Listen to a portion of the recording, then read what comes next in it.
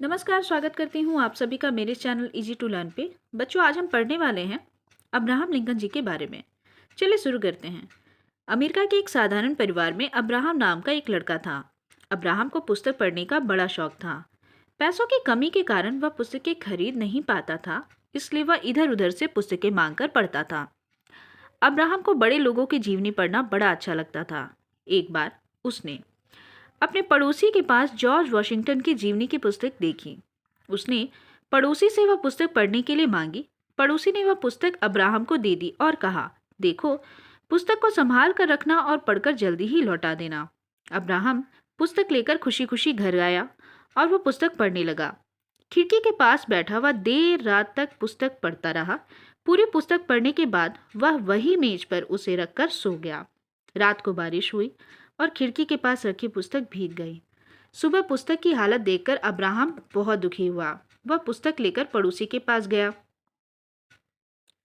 और दुखी होते हुए बोला, सर, मैं बहुत शर्मिंदा हूँ कि आपकी पुस्तक को मैं संभाल कर नहीं रख पाया। रात को बारिश होने से पुस्तक भीग गई। मैं इसका हर्जाना भरने के लिए तैयार हूँ।